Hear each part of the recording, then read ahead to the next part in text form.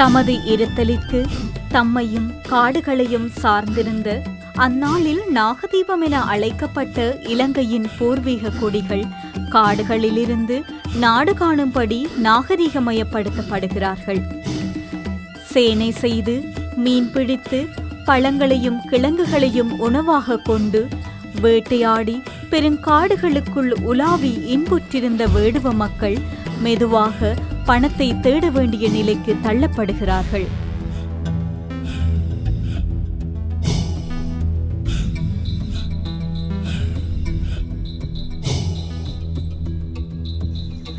பேர் அம்பலவர்கை நல்ல தம்பி வேலாயுதம். நாம் கிழக்கு மாகாண பழங்குடியினத்துக்கான தலைவர். நாங்கள் இருக்கிற இடம் குஞ்சங்கல் குளம், பிரதேசம் வாகரை.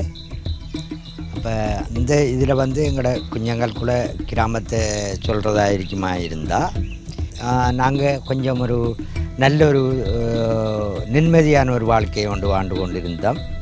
அது எங்களோட மூதாடியல்ற ஒரு காலத்தில் அது சேனைகள் வெட்டி சேனைப்பயிர் போட்டு அதில் நல்ல சுகத்தை அனுபவித்து கொண்டிருந்தோம். ஏனெண்டா எங்களுக்கு அந்த டைமில் அந்த பணம் தேடணும், பணத்தை நாங்கள் சேகரிக்கணும் என்ற இது ஒன்றுமே எங்களுக்கு தெரியாது. அப்போ அந்த இதில் இப்போத்தைய காலகட்டத்தில் ஓரளவு எங்களோட சமுதாயம் பலப்பட்ட இதிலேயும் ஏனெண்டா நாங்கள் இப்போது நாங்கள் இருக்கிற இடத்துல பயிர்களை செய்ய வேண்டிய ஒரு நிலையாகையும் அது மீன்பிடி விவசாயங்கள் இதுகளை செய்து கொண்டிருக்கிறோம். இன்னொரு பக்கத்தால் பார்க்க போனால் எங்களோட பெண்கள் தலைமை தாங்கும் குடும்பங்களும் மிகவும் ஒரு கஷ்டத்தை எதிர்நோக்கி கொண்டிருக்கிறாங்க. அவங்க அண்டண்டாலே வாழ்க்கை ஒரு கேள்விக்குறியாக இருக்குது. ஏனெண்டா அவங்க தூண்டல் போட போவாங்க. அடுத்தது காட்டில் கட்லாக்கிழங்கு கவலைக்கிழங்கு இதுகளை தோன்றதுக்கு போவாங்க. மயிறு சோளம் சுரக்காய் இதெல்லாம் போடுறாங்க. சுரக்கொடியும் எல்லாம் பூசணிக்கொடியெல்லாம் செல்லுவாங்க. பூசணியெல்லாம் போடுறாங்க. அந்த இடம் கத்தரி வெண்டி கக்கரி இதெல்லாம் செய்கிறாங்க. புரக்கன் உளுந்து பயறு மற்ற கீரை கொட்டை அது கீரை நாங்கள் அந்த காலம் இப்போ அது இல்லை. அந்த கொட்டை நாங்கள் கீரை நாட்டின வேண்டாம் அது பொறிக்கிறாங்க. பொறிச்சு தேனு ஊற்றினா சாப்பிடலாம். இதுதான் நாங்கள் அந்த தேனுக்கு போகிறோம். மற்ற மண்டன்றிக்கு காட்டில் அந்த மண்டெல்லாம் வெட்டி காயாஞ்சி வருவாங்க. அதை வெட்டி காய்ச்சி அதெல்லாம் மண்டை புட்டெல்லாம் வைப்போம். நாங்கள் இன்றைக்கி உலக நாட்டுகள்லையும் எங்களோட பழங்குடி சமுதாயம் வாழ்ந்து கொண்டிருக்குது. அப்போ அவங்களுக்குரிய ஒரு தனித்துவம் உண்டு, அவங்களுக்கு வழங்கப்பட்டிருக்கு. சரியா? அப்போ இங்கே இப்போ கிழக்கிலேயோ இல்லை தெற்கிலேயோ இருக்கிற ஆதிவாசிகள் அவங்களுக்கான அந்த தனித்துவம் இப்போ தம்மான மையங்களையை பொறுத்த அளவில் அது ஒரு அளவு பிரபல்யப்பட்ட ஒரு இதாக இருந்து கொண்டிருக்குது. கிழக்கு மாகாணத்தில் கொஞ்சம் ஒடுக்கப்பட்ட ஒரு நிலையில் இருந்து கொண்டிருக்குது. எந்த கிராமத்தில் பழங்குடி மக்கள் இருக்குது என்றது தெரியாத ஒரு தன்மையில் இருந்து கொண்டிருக்குது. இவங்களோட நிலைப்பாடுகள் என்னன்றதை சரியான முறைக்கு கொண்டு இவங்களுக்கான தேவைகளை அத்தனையும் அங்கீகரிக்கப்படும். மட்டக்களப்பு முகத்துவாரம் என்ற ஒரு பகுதிக்குள்ளே இருக்கிறாங்க. அடுத்தது இந்தியாவில் அயத்தியமலை கடுவங்கணி பரங்கியாமடு இந்த பகுதிகளுக்குள்ளெல்லாம் எங்களோட சமுதாயம் வாழ்ந்து கொண்டிருக்குது. எப்படியாண்டா நாங்கள் அந்நேரம் நினைச்ச மாதிரி தொழிலை செய்வோம். எப்படியாண்டா நினைச்ச இடத்துல வைத்து காட்ட வெட்டுவோம், பயிரை செய்வோம். அப்படி இருந்தோம் நாங்கள். இப்போத்தைய நிலைமை என்னண்டா எங்களோட ஒரு பூரிய காணியும் வனவள திணைக்களத்தால் சூறையாடப்படுகிறதுன்னு தான் சொல்லலாம். சூறையாடப்பட்டு கொண்டு இருக்குது. அப்போ அந்த நிலையில் நாங்கள் இந்த இருக்கிற ஒரு காணிக்குள்ள ஒரு 1/2 ஏக்கரோ இல்லை 1/4 ஏக்கரோ 1 ஏக்கரோ இதுக்குள்ளே தான் சிறு பயிர்களை செய்ய வேண்டியதாக இருக்குது. சொல்லுவாங்க தூக்கின மண்பட்டியே வைக்கிறதுக்கு நேரம் இல்லைன்னு சொல்லி. அப்படி புல்லை வளைச்சி இருந்தால் தான் அந்த அதுக்குள்ளே இருக்கிற பயிரையும் நாங்கள் உண்டுபடுத்தி எடுக்கலாம். இல்லாட்டி என்ன செய்யணும்னா அந்த புல் மூடித்தாண்டா அந்த பயிரும் கிளம்பாது. அப்படியான ஒரு நிலையில் இருக்கிறோம். அந்த காணிகள் காட்டு பகுதிகள் அப்படி இல்லை. நாங்கள் வட்டி போட்டு பயிரை செஞ்சு விட்டோம்னா அது ஒரு வருஷம் வரங்காட்டிலும் எங்களோட பயிரை எடுக்கங்காட்டிலும் அதில் புல்லுன்றது உண்டுபடாது. இதில் 2 சைட்லேயும் இருக்கிறது. அது எங்களோட பூரிய காணி. யுத்த காலத்தில் நாங்கள் சோளம் பயிர் செய்து திண்ட ஒரு காணி. அதுக்கு பிற்பாடு வந்து அவங்க வந்து டக்குன்னு வந்து கல்லை போட்டு விட்டாங்க. அப்போ எங்களுக்கு ஒன்றும் செய்யலை.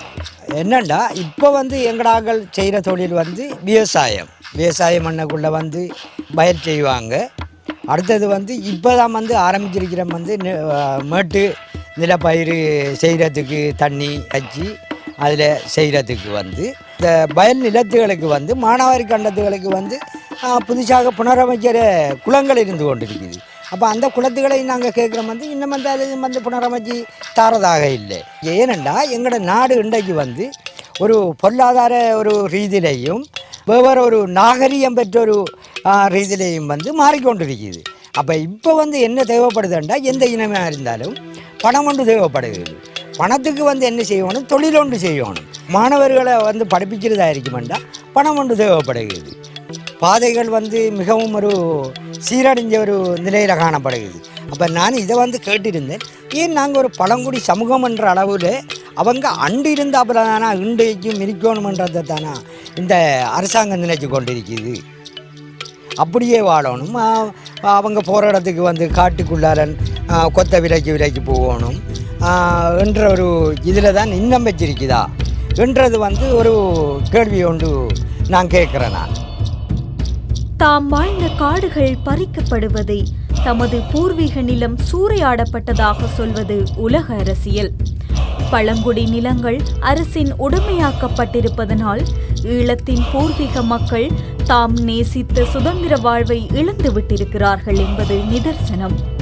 அவர்கள் பல புதிய தொழில்களை கற்கவும் தமக்கு தெரிந்த பழைய தொழில்களை காலத்திற்கேற்ப மாற்றியமைக்கவும் மெல்ல பழகிக் கொண்டிருக்கிறார்கள்.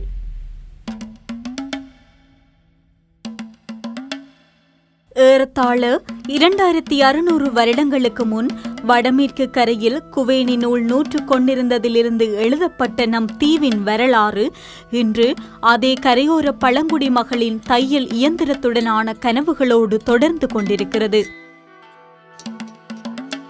ஒரு மிஷின் ஒன்று இருந்தால் நான் தைப்பேன் ஒரு நினைப்பு இருந்தது. அதனால் அதுக்காக பெரிய மாடு வீட்டை காலையில் 6 மணிக்கெல்லாம் போய் சாப்பாடு டைமுக்கு 12 மணிக்கு வீட்டை வந்து சாப்பிட்டு திருப்பி போவேன். பெரியம்மா தைக்கிறத வெட்டுறதை பார்த்தது பாப்பிள்ளை சட்டை தைச்சு தான் முதல் பழகினேன். அதுக்கு பிறகு தான் எனக்கு தையல் படிக்கணும் ஆர்வம். அப்போ பெரியம்மாட்ட சொன்னேன், எனக்கு தைக்க விருப்பம் தான் பெரியம்மான். அப்போ சொன்னவ அக்காவை வீட்டை போய் நில்லு வாழைச்சனையில் அக்கா தையல் பழக்குவாள். அப்போ அக்கா துணி வெட்டி தருவாள், நீ தைக்கண்டு கையால் தைக்க விடுறவள். எங்களோட அக்காட பொடியனுக்கு தான் உடுப்பு தைச்சினா தைச்சி பழகிட்டேன் கொஞ்சம் பழக. அப்போ சொன்னவள், அக்கா உன் ஏஞ்சி வாழைச்சனையில் ஒரு தையல் கிளாஸ் கொண்டு இருக்கு அங்கே கொண்டே விடுறேன். எனக்கு கொஞ்சம் பயம் வந்தது. நான் 10ஆம் ஆண்டோடய ஸ்கூலில் விட்டு விளையிட்டேன், எனக்கு தையல் படிக்காத பார்த்தாலும். அப்போ நீ படி, அப்பாவுக்கு கஷ்டம், சரியான கஷ்டம். இந்த கொப்பி சாவனெல்லாம் நேரம் இப்போ கொடுக்குறாங்க வேண்டே இல்லாத. அப்பா சொன்னாலும் நான் கொப்பி வேண்டி தரேன் படினாங்கன்னா எனக்கு படிக்க இயலாது. தையல் பழைய கொஞ்ச நாள் 1 மாதம் நின்று எனக்கு வீட்டுக்கு அவளை பிடிச்சிது. அதுன்னு எனக்கு கேள நான் வீட்டை போகிறேன். புறம் பணிச்சேங்க நீங்கள் திருப்பி பெரிய மாட்டாமல் போய் பார்த்து பழகினேன். அப்போ புறம் சொன்னேன், எனக்கு தையல் மிஷின் நீங்கள் வேண்டி தாங்க அப்படின்ட்டா நான் இருக்கிறேன் வீட்டில். அப்போ சொன்னாரப்பா, இல்லை நீ இப்போ 6 மாதம் தானே போய்த்து வாங்க. ஆர்வத்தோட போனதான் முதல் தையல் மிஷின் இந்த பட்டி போட்டு தைக்க பழகலை, சும்மா தான் கால் அடிங்க சொல்லி பழக்கினவன். ஒரு 10 நாள் கால் அடிக்க பழகினேன். பிறகு பட்டி தான் தர தைக்கிறது, சாரி ப்ளவுஸ் ஷர்ட்டு சின்ன சின்ன பீஸுகள் இந்த 6 மாதத்துக்கு கரியாக முடிக்கணும்ட்டு பட்டி தான் தர பிறகு தைச்சி பழகினேன். அதுக்கு பிறகு தான் இந்த தையல் மிஷின் தான் தராங்க. அங்கே தையல் மிஷின் வந்த உடனே உடுப்பு வந்தது. முதல் சித்திக்கு தான் தைச்சி கொடுத்தேன். அதை பார்த்து எல்லோரும் தைக்க வந்தாங்க. என் ஹஸ்பண்டுக்கு தொழில் இல்லாடி இந்த தையல் மிஷின் தான் எங்கட வருமானம். இந்த தையல் மிஷின் பழுதாகிற அடிக்கடி அதை நானே எனக்கு காசில் கடையில் கொண்டு எனக்கு கூட எடுப்பேன். ஒரு 5000-6000 எடுப்பேன். பழுது மிஷின்லாம் வச்சு தைக்கிறேன். புது மிஷின் வந்தால் இப்போ நானும் தைப்பேன். தைக்க ஆர்வம் உள்ள ஆக்களுக்கும் பழக்குவேன். உங்களுக்கு விருப்பம் மட்டும் வந்து பழகுங்கன்னு சொல்லி பழக்குவேன். சந்தோஷமாக தான் இருக்கேன். நினைக்கக்குள்ள யோசிச்சு பார்ப்பேன், நான் இப்படி நினைக்கவே இல்லையே, இப்படி மிஷின் எடுப்பேன் உடுப்பு தைப்பேன் நான் நினைக்கலையே என்ற ஒரு யோசனை வர நினைக்கக்குள்ள நினைப்பேன். சந்தோஷம்தான். இந்த தையல் அதான் சொல்லியிருக்கேன், நான் செத்தாலும் இந்த தையல் மிஷினை ஒருத்தருக்கு கொடுக்கக்கூடாது. பழுதாங்கன்னா நித்திரக்குள்ள மட்டும் சாப்பிட மாட்டேன். விடிய யோசிப்பேன், இப்படி நினைக்கிறேன் இப்படி நினைக்கிறேன். அப்புறம் நானே புதியத்தில் வீட்டு வேலை கூட செய்ய மாட்டேன், சமைக்க மாட்டேன். இந்த மிஷினை கலட்டி வேலை பார்ப்பேன். எனக்கு பிள்ளை மாதிரி இந்த மிஷின் எனக்கு.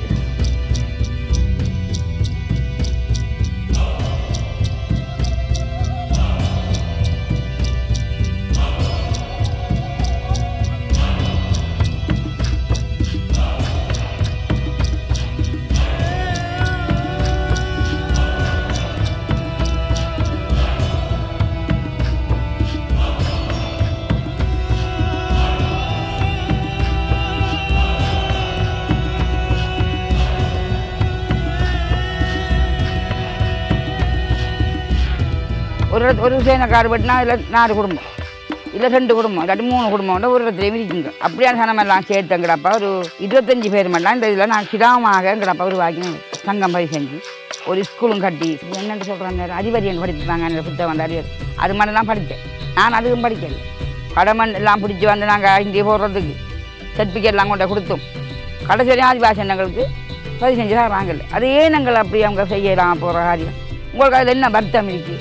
எப்பயும் நாங்கள் ஆதிவாசி தான். இன்றைக்கு மட்டும் இல்லை, இன்றைக்கு நேற்று நாங்கள் ஆதிவாசி. நாங்கள் ஆதி காலத்து முதலாவது இலங்கையில் உற்பத்தி ஆகினவனே ஆதிவாசி தான்.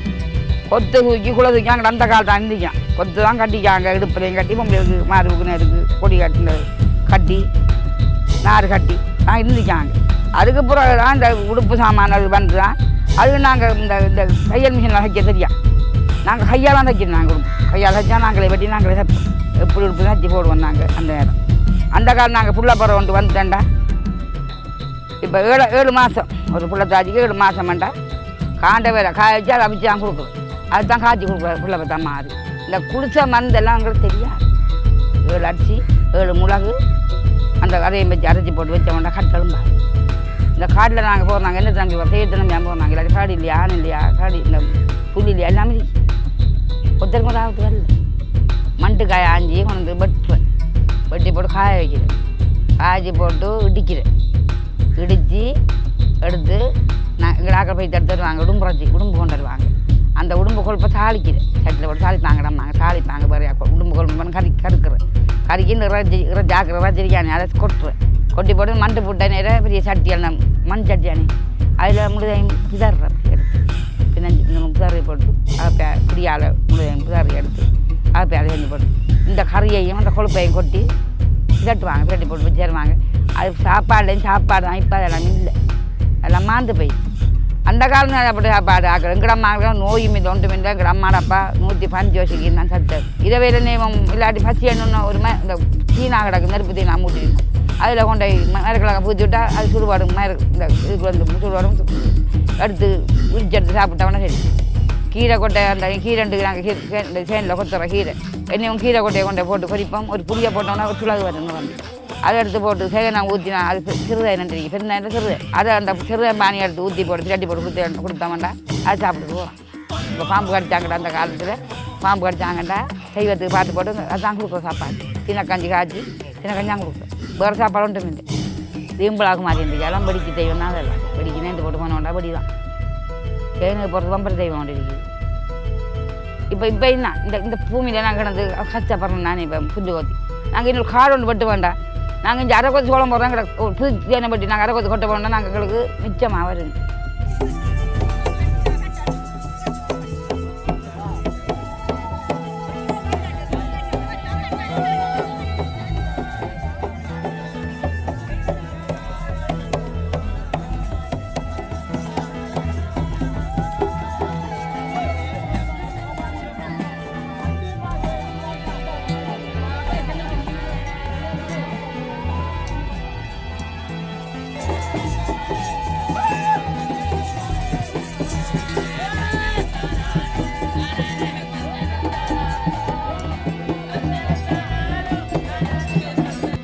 கல்வியை பெறவும் தொழில் செய்வதற்கும் வாழ்வதற்கும் பிறரை சார வேண்டியவர்களாக மாற்றப்பட்ட வேடுவ சமூகம் தமது சக்திக்கு அப்பாற்பட்டு இந்த பொருளாதார உலகின் போட்டிக்குள் உள்வாங்கப்பட்டாலும் அனைத்தையும் தாண்டி இயலுமானவரை தமது அடையாளத்துடனும் நம்பிக்கையுடனும் தமது இருத்தலை செம்மைப்படுத்த முயன்று கொண்டிருப்பது வரலாற்றின் புதிய பதிவு.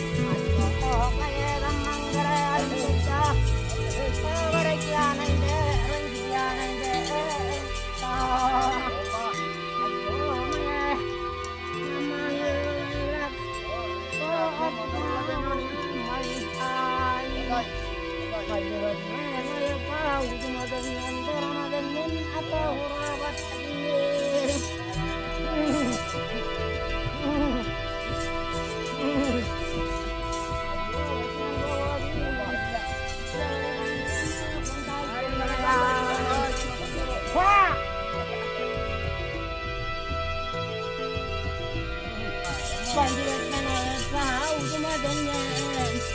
Adanya nih tahu rawa kan.